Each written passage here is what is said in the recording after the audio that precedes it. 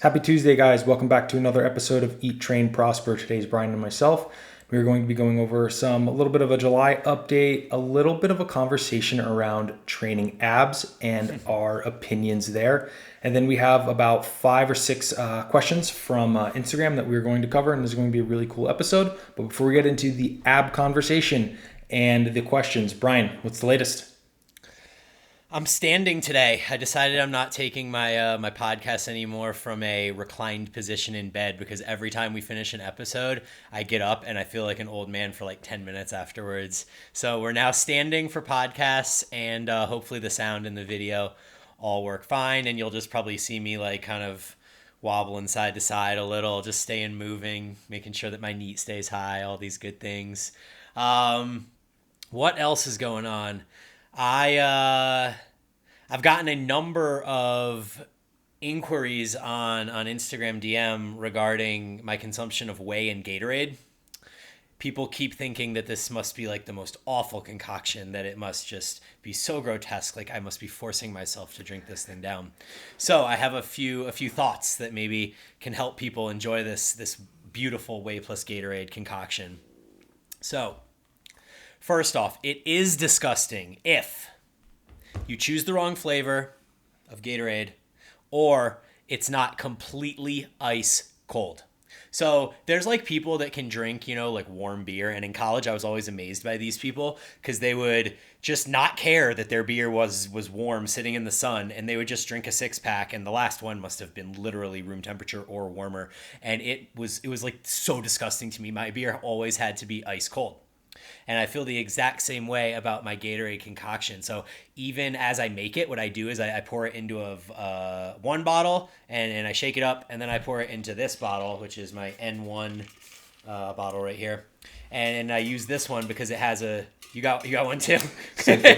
Yeah, and it keeps it cold too. It has like a metal interior. So I pour it in there, and then there's usually a little bit left in the other container before I pour it into the N1 container. So I'll drink it just to test my senses. And it's awful. It's terrible because it has no ice in it.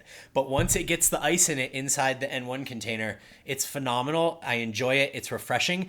And it gives me exactly what I need in my workout. It gives me the electrolytes. I had a little bit more sodium prior, and it gives me my protein. So I really enjoy it. It's the way I consume calories for the first 2 caloric servings of the day usually, and it's kind of my go-to. So if y'all want to give it a try, those are my tips. What's going on in your world, Straker? Before I get into what's going on in my world, I've done a lot of Gatorade and Whey as well, and even like EAAs and Gatorade and stuff. My single best tip there is you want to use a vanilla Whey flavor. Oh, and for sure. here's why. Yeah. The Gatorade flavors are more like your tropical type, berry, lime stuff. Like those things don't mix with chocolate. But when you take the orange flavor, the lemon lime or whatever, and you mix it with vanilla flavored Whey, you get kind of like a tropical type, coconut smoothie semi type thing. Mm-hmm. But when you're doing like red Gatorade and chocolate, it's absolutely disgusting. Like all the ice in the world isn't going to save you there.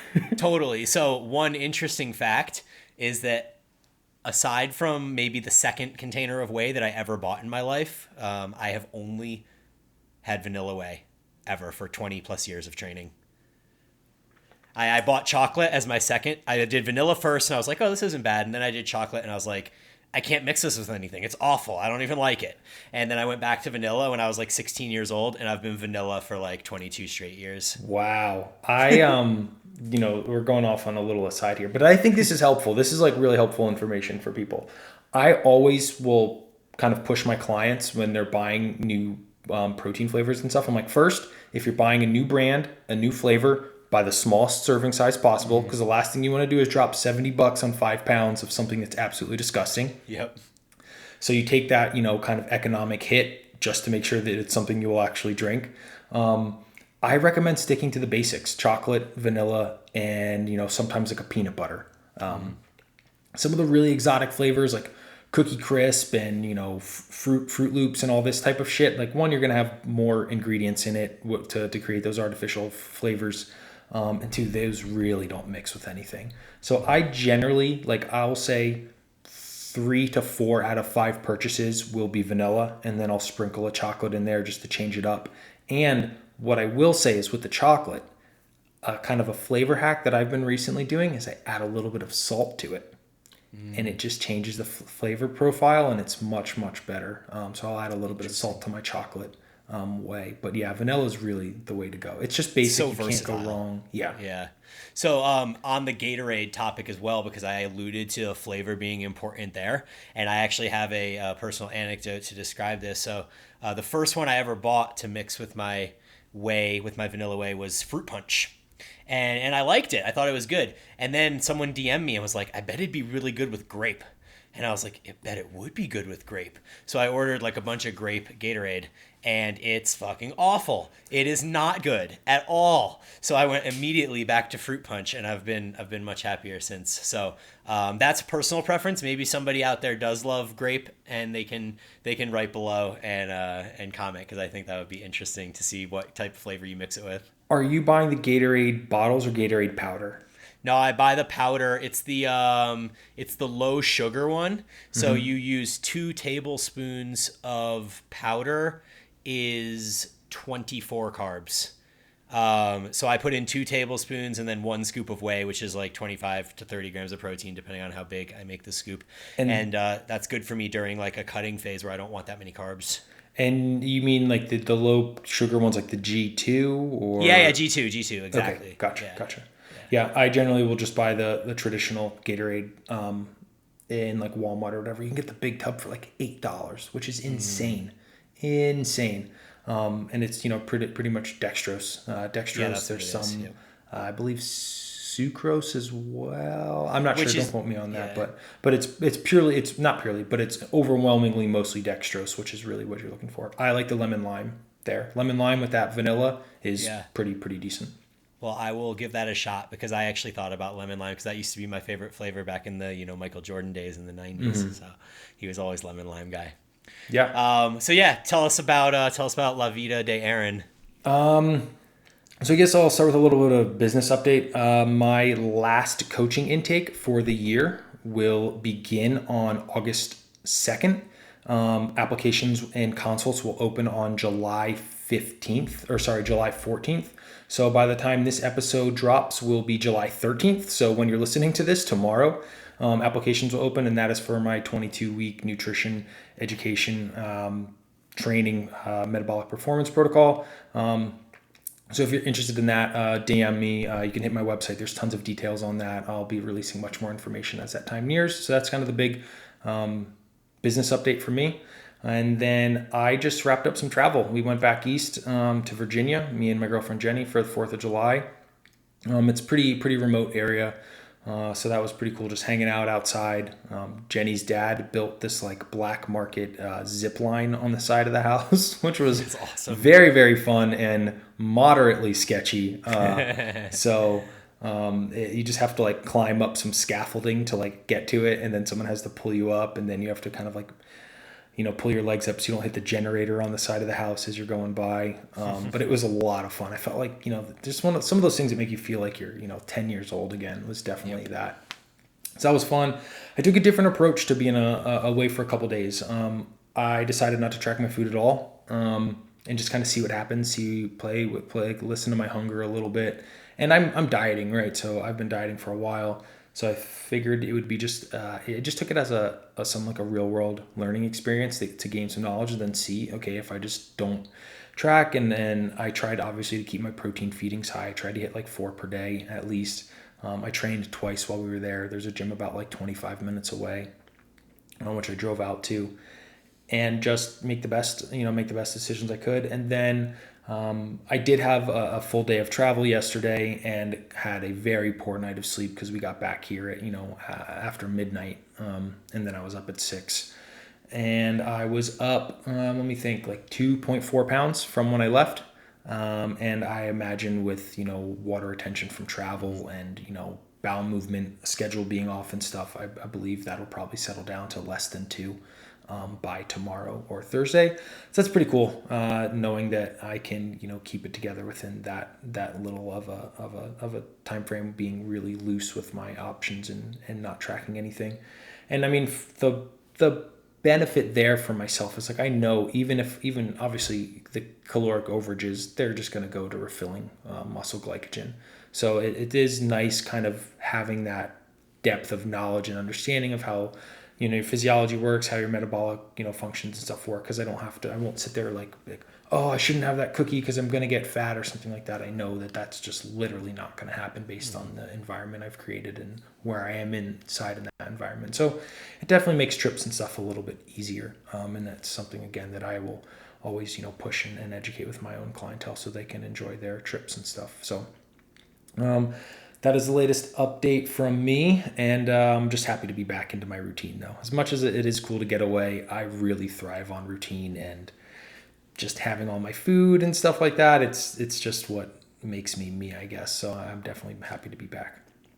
Yeah, Aaron was saying before the show that he got shitty sleep last night, and he was up at like 6:30 just in bed wide awake. So of course he did something productive to put himself in a good position for his goals, and he got up and went to the grocery store and set himself up for the week. So that's kind of, when he said that, I was like, yeah, of course you did. Like, that's just obviously that's what happened. So so I just thought that was funny and like an interesting thing to point out, because when you're living that life, that those are just kind of the things that you do. So you take one thing that's a negative, like, oh shit, I can't sleep, and you kind of turn it into a positive.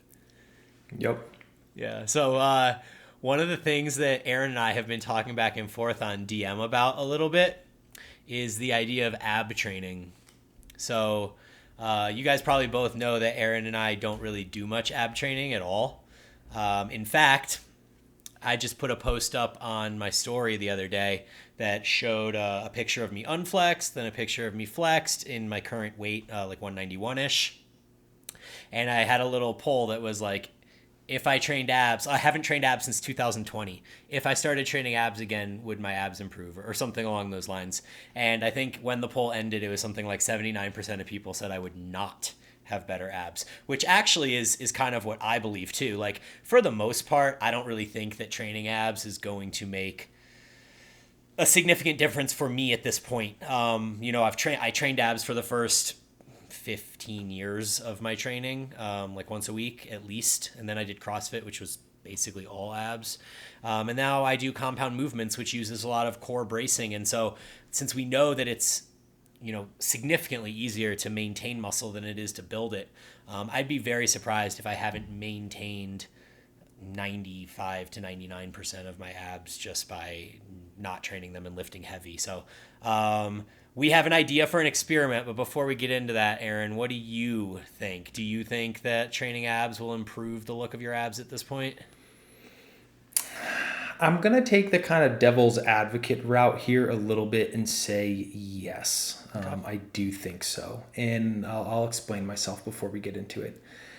Just like with any other muscle, right? You train them, you get a little bit denser of a tensile, right, texture to it. If let's say you didn't train like your biceps for like months or something like that, they'll feel a little bit like, even like when you're blood flowing and stuff, they'll feel a little bit like softer and like squishier, same kind of principle I'm thinking here. And then I don't think it's going to change like your structure or anything, but the thickness of them from like a profile view, like how far they stand out kind of. And then with, obviously a lot of how visible your abs are and stuff is, overwhelmingly tied to your body fat percentage. But if there is more muscle there, pushing, from a profile thickness, you will have like deeper cuts, valleys there, which then create shadows and make them appear better, different things there. So that's the kind of thought that I have. I'm kind of comparing myself to, a time where I was training them twice weekly. And when I say twice weekly, I mean like 2 sets each time, not like 6 or something like that. No, but that's at least something. Yeah, it's more than nothing. It's 100%, it's 200% 400 more. Yeah, 200% more than I'm doing right now. Yeah. And how I will really like to evaluate how well my abs or how well abs looked is when they're pressed out as opposed to like flexed in. Because like when you're flexing everything in, you're creating more valleys and shadows and stuff like that, and how the lighting looks. But when you're pressing them out, like think about like, when you eat a bunch of food and then you like want to, make a joke about like your food baby and you like push it out. Like when you do that with your abs, that's when I feel like you can really, get a clear picture of like the development of someone's abs and how lean they are and stuff when you're like pushing out against it. At least that's what I've really found with myself. So that's what I will always kind of gauge against. And I'm lean right now. Like, there's, I still have some like fat obviously in like lower back and like kind of love handle area, but my like even lower abs are very, very lean. And they don't have, I have abs, right? I'm not going to sound ridiculous and say that I don't have abs, but not to what I thought I would have at this level of leanness.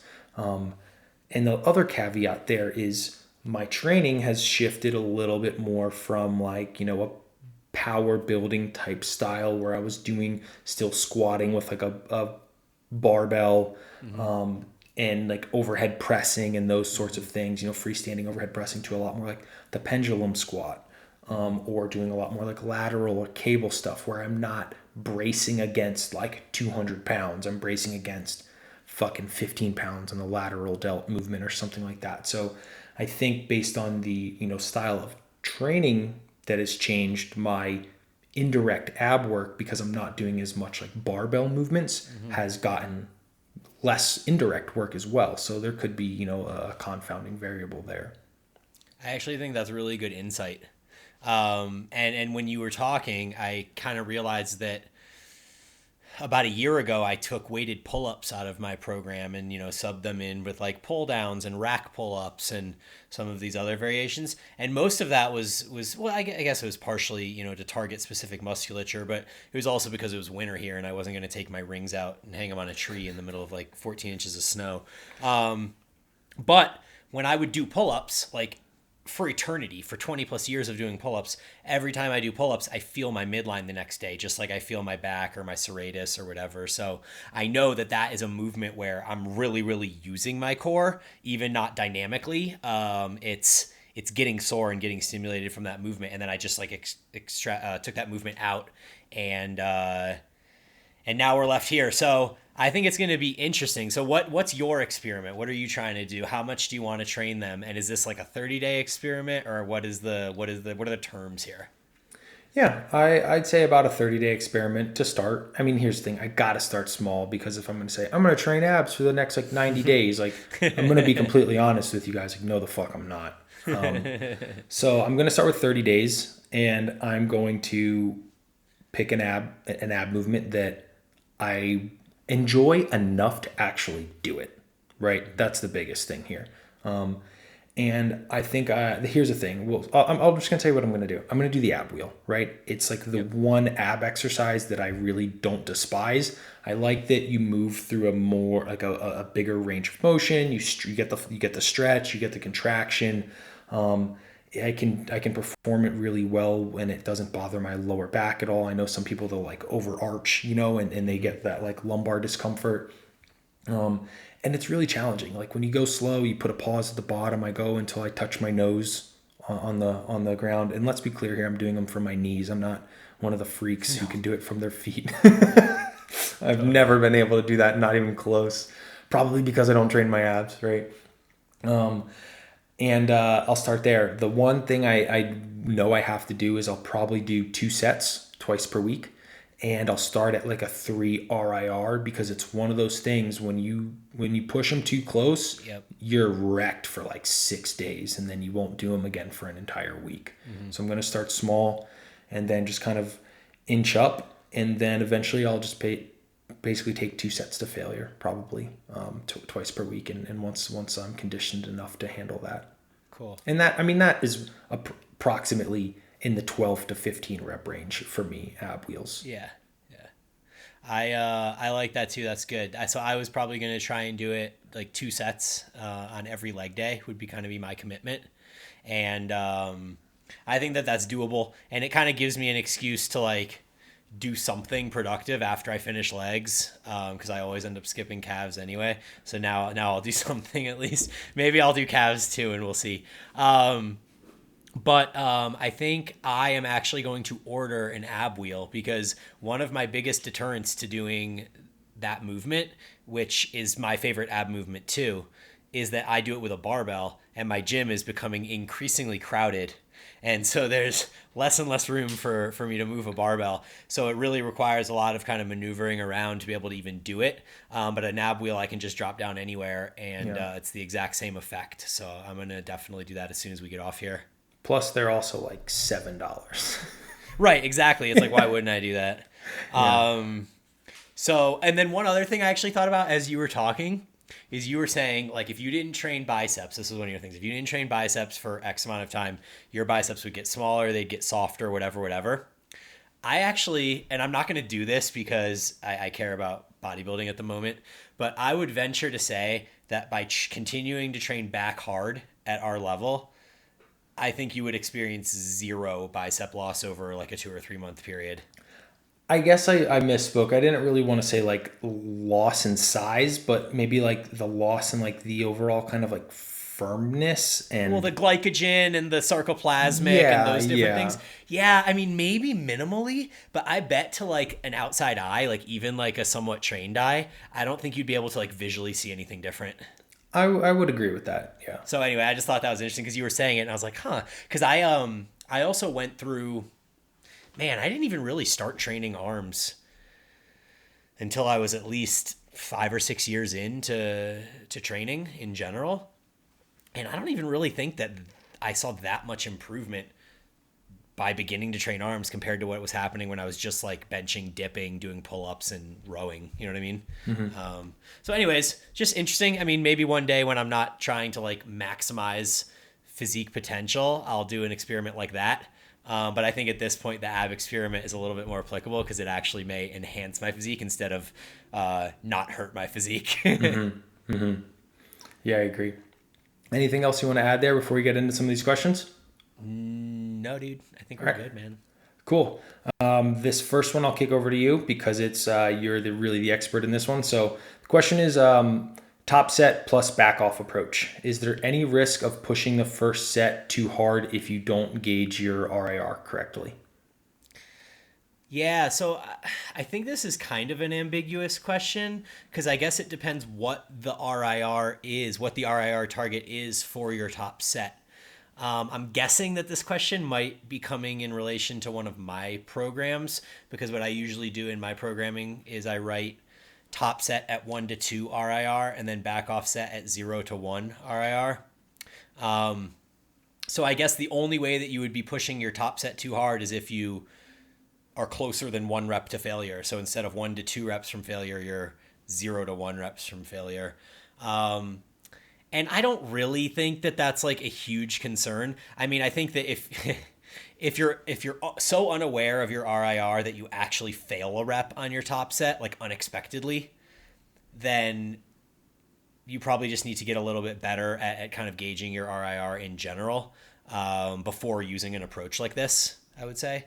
But once, if your target is 1 to 2 RIR, then you can be 1 RIR or you can be 2 RIR. And even if you end up going to 0, but you don't actually fail, then that's just something that you're like, ooh, that rep was like a little harder than I thought it should be. You make a note of that in your log. And then you see how your second set goes. If your second set is negatively affected by it, then you make a little note under that and you're like, probably because I pushed first set too hard. And then the next week you're aware of it and you correct the issue and move forward from there. A couple things I will add. The whole kind of purpose of the top set plus back off approach is really to push that top set, correct? And I think if you are, it depends on what your goal is, right? Do you really want to push the top set and then have the back offs to be at a little bit more volume, or is your really goal to push those, back off sets? You can take a bigger rest between the top set and the back off, or you can kind of reduce the weight, the dichotomy of the weight between the two. But I think, yeah, what Brian was saying is maybe you're really just not really gauging your RIR well, but I think Brian answered that really well. Sweet. All right. We're going to go with this one for Aaron here. I hate veggies. Is it the same nutritional content if I just put them in a Vitamix with some juice and some water? So, man, there's a million different ways we can go with this one. Pretty much, yes, to answer your question, it is the same nutritional content. There are some circumstances where when you combine things or when you change, basically denature certain foods, the mineral or not necessarily the mineral content, but the bioavailability of things change. The really classic example there is drinking egg whites versus cooking egg whites. The bioavailability of the protein is drastically changed with the denaturization. And with some certain vegetables, like if you steam them and then drain the water, some of the nutritional content you will drain away with the water. Since you're just blending them and drinking them, you're probably fine. I'm going to throw this question back over to the person who asked it, and like, why do you hate vegetables? Is it one of those things that you hate vegetables because you never eat them, or is it you hate vegetables because you tell yourself that you hate vegetables?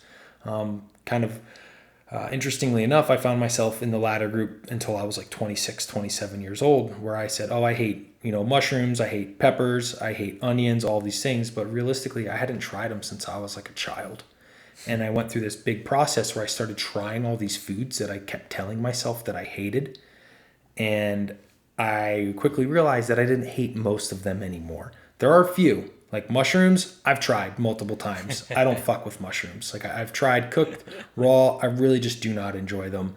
But also I think when there's also been times, right? I did this experiment last summer. I didn't like kimchi, but I knew it was such a beneficial food, especially for your gut microflora with probiotics. I said I'm going to eat kimchi every single day until I don't mind it anymore. After about 2 weeks, I was perfectly fine eating kimchi. So it's one of those things. And when you are invested in the outcome of what happens when you partake in some of these things, you eventually change your relationship with it. The classic example, think back to the first time you had alcohol. It's absolutely disgusting, right? But you're like, no, I want to drink for whatever reasons, because hang out with my friends, party, etc. Weeks or months go by, you don't hate the taste of alcohol anymore. It's like something you've become accustomed to. The same thing happens with vegetables. This is something I see with a lot of my clients, right? People say I don't really like vegetables, and we start experimenting with some other, some simpler ones, and then eventually, 5 or 6 months later, their taste profiles and stuff are completely different, and they don't have those aversions anymore. So I would kind of reevaluate why you hate them and just kind of experiment and see. Some of them you will continue to hate, probably. And some of them probably not. I love the analogy, man. That was so good. It's spot on. Yeah, the alcohol analogy, man. It's just exactly the exact same thing, because everybody, I mean, I don't know. Maybe some people like alcohol the first time they try it, but some people might like veggies the first time they try them too. So it's exactly right. I love it. Cool. Next one, let's kick over to you, Brian. What is your training frequency and volume? And then the second part of the question is there such a thing as too little volume for a muscle in one session? Yeah, I'm going to start with the second part. I know James Krieger did work on this, and it's in the Weightology research review, but he basically determined that 3 to 10 sets per session is kind of the optimal number. And there was some reasoning for why, you needed at least 3 for like a minimum effective stimulus. But I think it's also important to keep in mind that James Krieger generally is assuming that you're taking an RIR approach to your training, where you're leaving 1 to 3 or 4 RIR. So it wouldn't surprise me if you were able to equate one really hard set for a muscle group to 3-ish, like 3 RIR sets. So I don't think there's been direct research on that being like, is one set to failure like sufficient for one session for one muscle group? But I would guess, based on intuition that it is. But of course that would then have to fit into the structure of your entire program. So like if you're doing one hard set for a muscle on one day, then I would assume that you're doing at least that same muscle group at least 2 other days, right? So you're probably hitting chest 3 days a week if you're doing one set each time, something along those lines. as kind of like a minimum effective dose. So since we know that frequency is just pretty much a way to split up volume, that would be kind of the way I would think about that. And I think that one hard set to failure is probably sufficient, or three non-failure sets that are still, within the spectrum of work sets.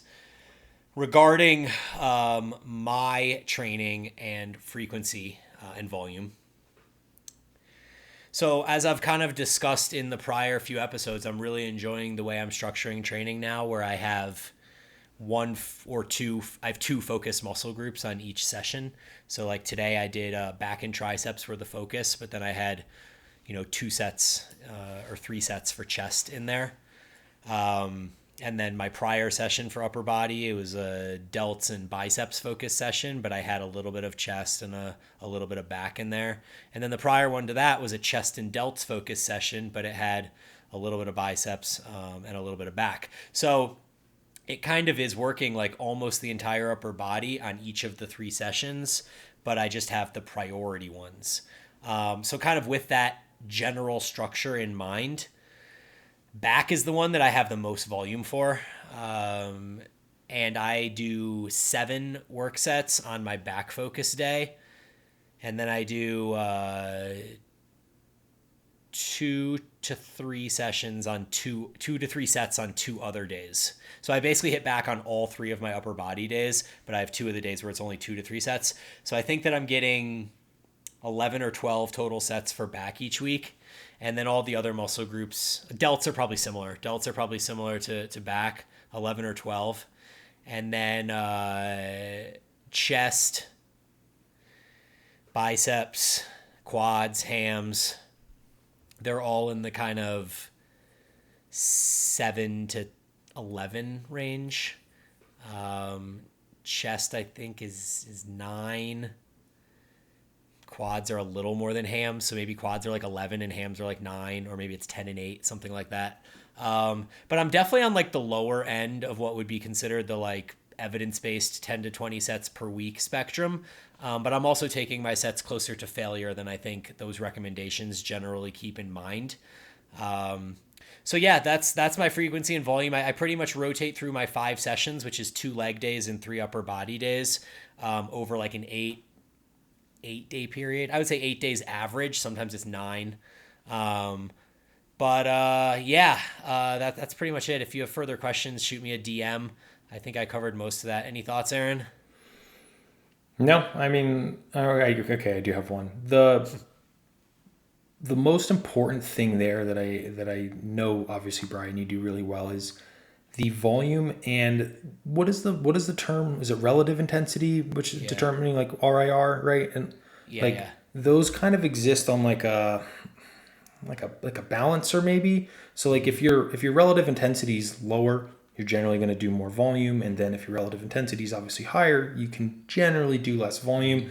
To my understanding, and I'll kick this over to you, Brian, I'm not sure that there's that much like research on this stuff yet. It's kind of like a little bit newer in terms of like the being studied. But it's generally like if you're training super freaking hard, like let's say you're doing, back squats to true like 1 RAR, you can't do 5 sets because you're going to fall apart. You know what I mean? So I think it's kind of like an effort versus volume type thing. And I think, people will find themselves a little bit different on those spectrums. And that's really, really important to understand. I think some people get too caught up in volume without really pushing their relative intensity. Yeah. In my personal opinion. Totally. I 100% agree with that. And this is kind of like we were kind of discussing this on a different episode, where there's the idea of like, maybe you have 25 effective reps, effective reps being the last 5 reps before failure. You have like 25 effective reps for a muscle group that you might want to hit in a week, or 35 or 30 or whatever the number is. And there's many ways that you can skin the cat to get there. Like you can take every set to all out failure and get 5 effective reps on every single set, and then you only need like 5 or 6 sets. Or you can do 3 RIR and then you need 15 sets or whatever it is. So I think that a lot of that is preference, but no, to my knowledge, there haven't been studies comparing that. And that's, of course, exactly what we want to see is a study where you literally have those groups where like one group is 3 RIR and the other group is going to failure and you match effective reps or something along those lines. Maybe even one group is doing like cluster sets and drop sets and you're matching effective reps that way too, because that'd be pretty cool. But and even make it better. One group's doing work movements through the lengthened position and the other group's doing them through the shortened position. Now we've got like the most complex study of all time and it gives us all the answers we ever wanted. By the way, speaking of, did you see the post by Menno Henselmans today about range of motion? There was just a meta-analysis that just dropped like a week ago about range of motion, and Menno posted about it. No, I haven't seen it yet. So ultimately, the meta-analysis, which was 16 studies, determined that for the most part, range of motion is full range of motion is better than partial range of motion. Okay. But then Menno, of course, had a caveat article on his website, which I haven't read yet. And he one of the like teaser questions when he was like, check the blog out for information on whether maybe. What was the way he phrased it? It was something like lengthened or stretch position prioritization partials might have benefit or something like that, or might improve hypertrophy. So there's obviously like caveats there. And then from what I understand, the majority of the studies that have been done on like full range of motion to partial range of motion, the partial range of motion group takes out the lengthened position. So they're doing just the shortened position, which is what we've seen to be less effective than the lengthened position. So if you had a study like the one that was on the leg extension, where you just compare lengthened position to a full range of motion rep, it would be interesting to see like on something like a squat, because that prior study was on leg extensions, which is single joint movement. But what if you just come out of the bottom of the squat and you come like 3/4 of the way up and then you go back down and then 3/4 of the way up and go back down?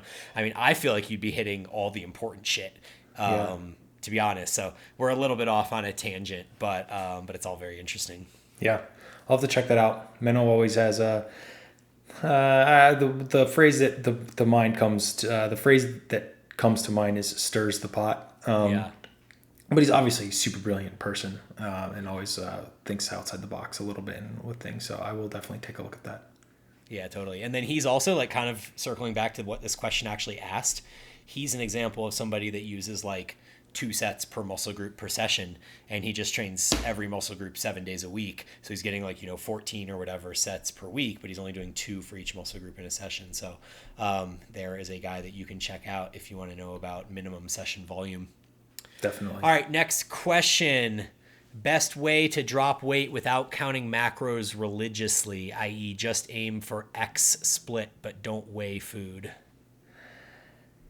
Yeah. Man, so a couple things I will say. The best way to drop weight without counting macros religiously, shift over basically all of your food to only high quality type foods. So let's say you're doing a lot of like protein bars and shit that comes in packaging. Swap that out for like lean meats, food that is basically harvested, raised, grown, etc. That's an easy there. Start walking. 12,000 steps per day. That is a very, very low hanging fruit. Split them up multiple times throughout the day. Instead of trying to do one like 60-minute walk, you can instead do like 4 10-minute walks or something like that. And then obviously your movement throughout the day. That's another one. Eat more protein. And when I say eat more protein, I don't mean eat more protein and more fat. Eat more protein. 80-20 ground beef is a fat source. Bacon is a primary fat source. So don't eat like ribeyes and shit like that. Eat lean cuts of meat there. And stop drinking calories. So if your Starbucks drinks like a frap or some other kind of bullshit with 400 calories in it, start drinking black coffee, green tea, stop drinking your calories. And those are 4, very simple ways that you can start dropping weight by just making some modifications to habit and choices as opposed to tracking your food. Brian, do you have anything to add on that one? Man, the first thing that comes to my mind is just write yourself out a meal plan so you only have to do it once and then just eat the same shit every day. That just seems like the simplest answer to me, because then you don't have to think about it, right? You can even exchange starches and proteins for like sources if you want, and vegetables, right? Like you just have this set structure of this is what I eat for breakfast. It's like 2 eggs and whatever, some fruit, and then lunch is meat, starch, veggie.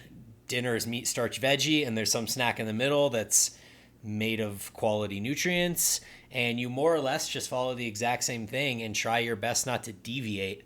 I think that the whole aspect of like counting macros that is ruining people is the games of macro Tetris that need to be played. Like it literally consumes you. It like you're playing into this, not you, the question asker, but you, the greater good of for the people, are playing into this mental game that you don't need to be wasting all of this energy focusing on all of these different things. You don't need to be focused on palatable foods and how you can fit them into your diet. You just need to be focusing on eating foods that are going to sustain you and provide you with good bang for your buck, right? So yes, you can maneuver your calories around so that you can have a pint of Halo Top at the end of the day if you want to. But is it worth it to do that if maybe you can have a little bit more rice and a little bit more meat at a meal instead of having to have less of those things, being hungry just so you can have Halo Top and then still feel hungry at the end of it?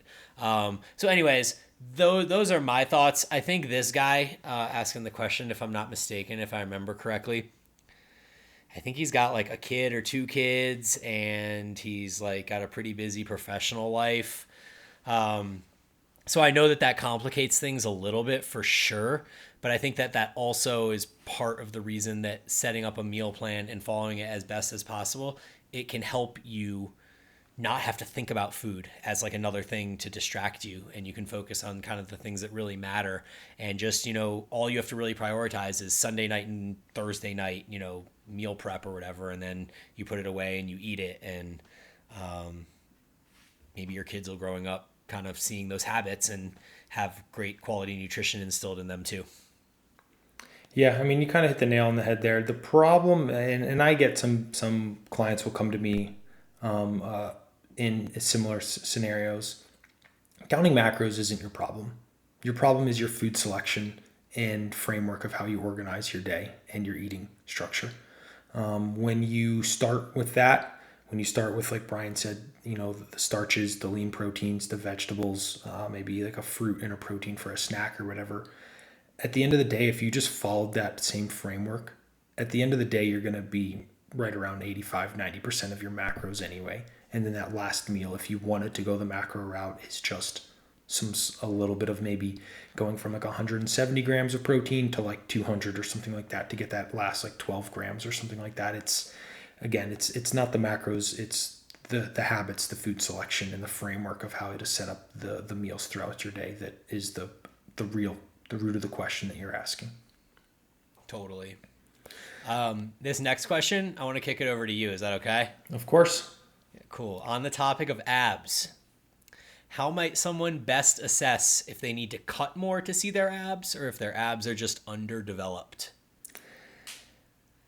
This one's hard without seeing a picture or anything like that. I 100% agree. I didn't want to take the first stab at it. However, what I will say is, in general, and this goes for myself, this goes for Brian, this goes for the clients that I work with, for 95% of us, the reality is simply that we just have a lot more body fat than we think we do.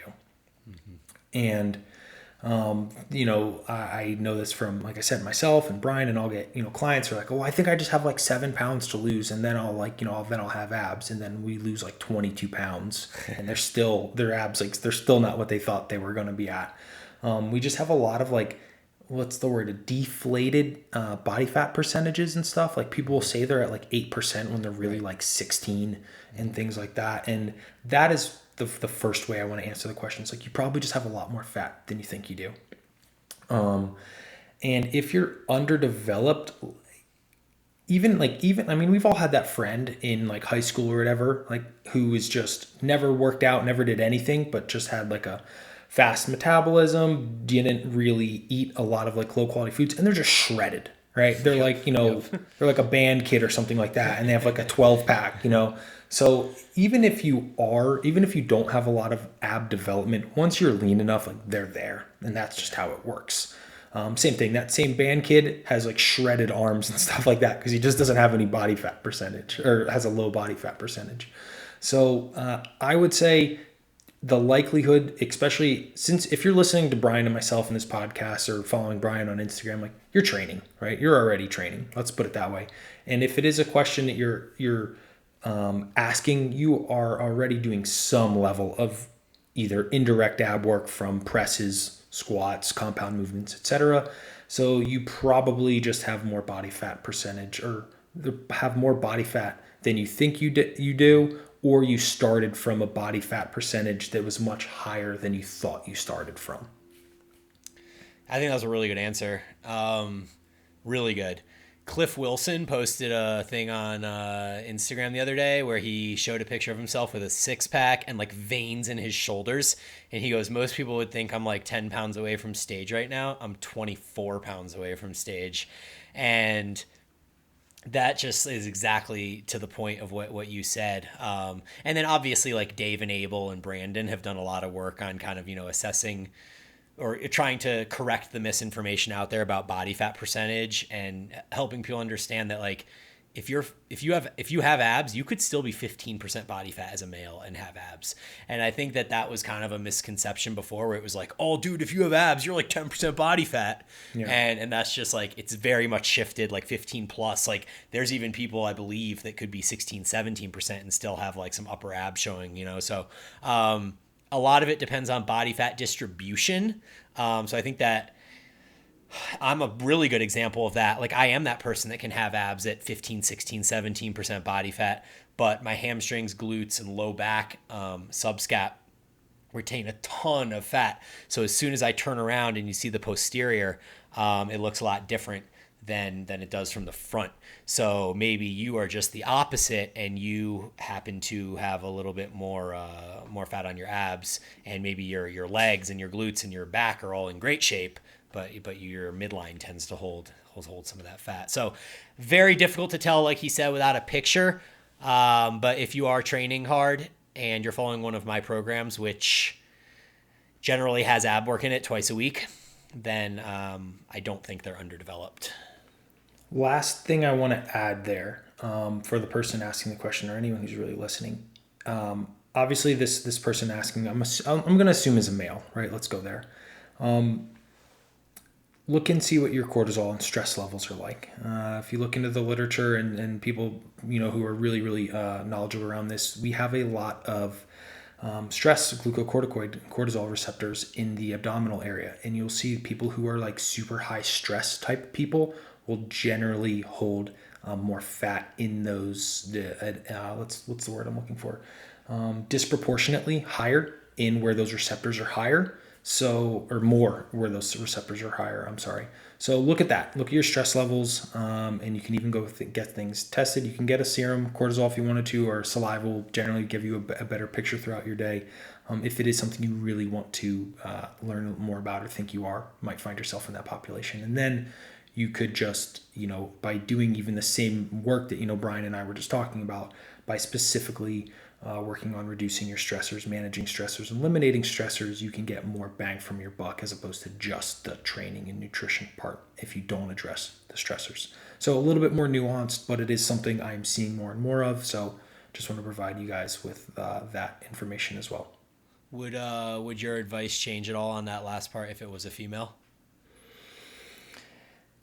Yes, because generally it depends. Specifically because the female and male fat storage patterns are slightly different when hormones are, let's say, healthy or distributed well. As males, we will generally store fat more in the lower abdominal region and in the lower back, whereas women is generally more in the hips, thighs, and glute area. However, you do see some people who maybe have, you can have males who are a little bit more estrogen dominant, and then conversely, you can have females who are a little bit more androgen dominant. Their fat storage patterns will look a little bit more like the opposite biological sex. Mm-hmm. Cool. Like that. Yep. All right. Let's kick this last one over to you, Brian. The question is, how do volume needs change through different training ages? When I saw this question come through, my immediate response was that we should do like an entire podcast episode on it. And then I just decided to add it in here because I don't exactly want to talk about this for an entire episode, but I do find it extremely interesting. So I do think it's important for us to address, and I have a lot of thoughts on it. I don't know if this is like the most important part, but it's the first one that comes to my mind. So I'm going to talk about it first. I think the thing that changes your volume needs the most through the years is your accuracy of movement. When you're a beginner just starting out, your accuracy of movement is all over the place. Like if you ever watch someone squat or bench press for the first time, it literally looks like a baby giraffe walking for the first time. And that person is just trying to figure out how to not get crushed by the weight more than even begin to think about like my legs are working, much less my quads are working or my chest is working. It's like just lift whatever that is, and that's perfect. That's exactly what that person should be doing. They need more volume. No, let's say when you're just starting out, like very beginning, you actually need less volume, because if you do too much volume, you're going to get wrecked. But very soon after you kind of gradually work from never trained before through the early stages where your volume should be pretty low, you need to start ramping up volume, because you need to get better at performing the movements. And the only way to get better at performing the movements is to do them more often. I think that doing those movements well shy of failure in the novice stage would behoove you, because you're going to get really solid growth just because it's a new stimulus. It's something you've never done before. There's studies showing that people that haven't been active, they start jogging, they literally build muscle in their legs. So for you, lifting weights at all, even well shy of failure, is going to be an incredible stimulus for you. And if you stay shy of failure, then you're going to be performing perfect reps all the time. You're not going to be worried about having to you do want to eventually build in weight, and I'll get to that in the intermediate stages. But in the earlier stages, you just want to make sure that you're performing movements perfectly, and being 4 or 5 reps shy of failure will still give you a stimulus without putting you into a position where you might compromise movement patterns. So then we kind of get into the intermediate stage, and I think at this point you do need to start working much closer to failure. And as you do so, as you begin working closer to failure, and as you get better at performing movements, you're more accurate at targeting the musculature that you're looking to target, you may find your volume drop slightly through the intermediate stage. It may not drop a whole lot, though, because I think that you do need to drive the adaptations, and you're still learning how to get better at movement, and you still don't know how to perform movements as well as somebody that is advanced. So the intermediate stage is really like a sweet spot, because you're still getting really good gains that you can actually see on a regular basis. And you're also starting to learn to train really hard, and learn to train really hard while executing movements perfectly. But I think in the intermediate stage, you still see a lot of compromised movement where maybe the final rep isn't the exact same as the first rep. So an example of this would be that somebody fails a back squat, or they make a back squat, but their final rep is, their butt shoots up, they're kind of hunched over, they stand up, and it's very obvious that they shifted the tension out of their quads and then into their glutes and back to help them complete that rep. As you move into the advanced stage, things like that don't happen, because you're so accurate with your movement that when you reach failure, or you reach fatigue, if you're training with RIR and you're before failure, the reason that you're stopping the set is because the muscle that you're trying to target is the limiting factor.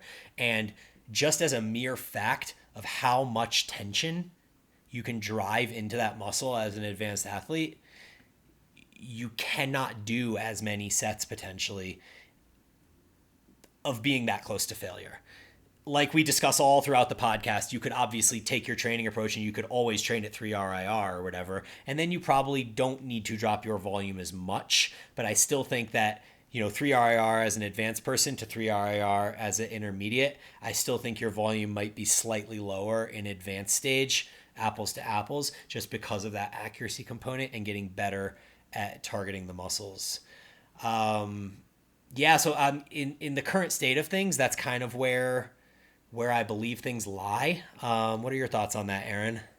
The only thing that I thought of that you didn't cover was potentially as you have more muscle, your that is now more metabolically active, requires more calories and stuff like that. That your minimum volume to maintain it may become a little bit higher because you just have more of it. Mm-hmm. And I'm sure it's probably pretty relatively small, but let's say if you have I think I forget who said this, but I think for a natural, in most naturals, you have around 40 to 50 pounds of total muscle you can put on. Like most people find themselves pretty close to that.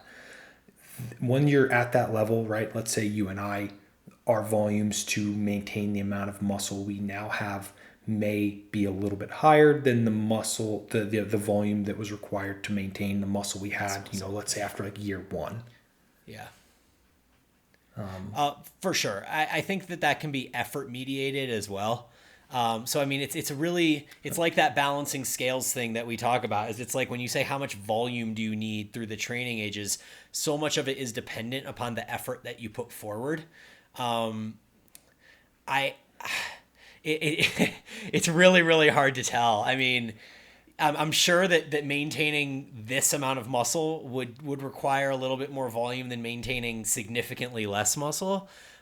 Because in the early stages, any volume you do will actually build muscle. So it's really difficult to try to put your finger on it and really feel confident with any of this. But I will say that from anecdote, from talking to other guys in the industry, and I was just listening to a podcast recently, actually, where AJ Morris and Steve Hall were both on, and they both talked about how over the last 2 or 3 years, they've both decreased their volumes. And they both come from completely different camps of training, right? So Steve Hall comes from the MEV to MRV, Mike Israetel RP approach, where it's all volume and it's RIR and all that stuff. And then AJ Morris trains a little bit more like me, top set, back off set, intensity, many different exercises, things like that. Steve's sessions are usually A, B, C, D, and AJ's are A, B, C, D, E, F, G. But it's always top set, back off set versus 4 or 5 sets per section. And both of them have said that as they've gotten more advanced and become better at pushing closer to failure, to actually know what it feels like to push there and realize that they can do that, they've had to do less volume because they just can't recover from that same level of volume at that higher effort level. I think you said that perfectly. It's like the volume always has to have a little asterisk next to it and be what is the intensity? What's the relative intensity and quality of this volume, right? Because you can do 4 sets of whatever on the leg extension, or you can take 2 sets and push them really, really well. Your tempo is spot on, you're the true 1 RIR, and those last sets, those last reps are slow and painstakingly difficult. It's just you're not comparing apples to apples is really what it comes down to. Yeah.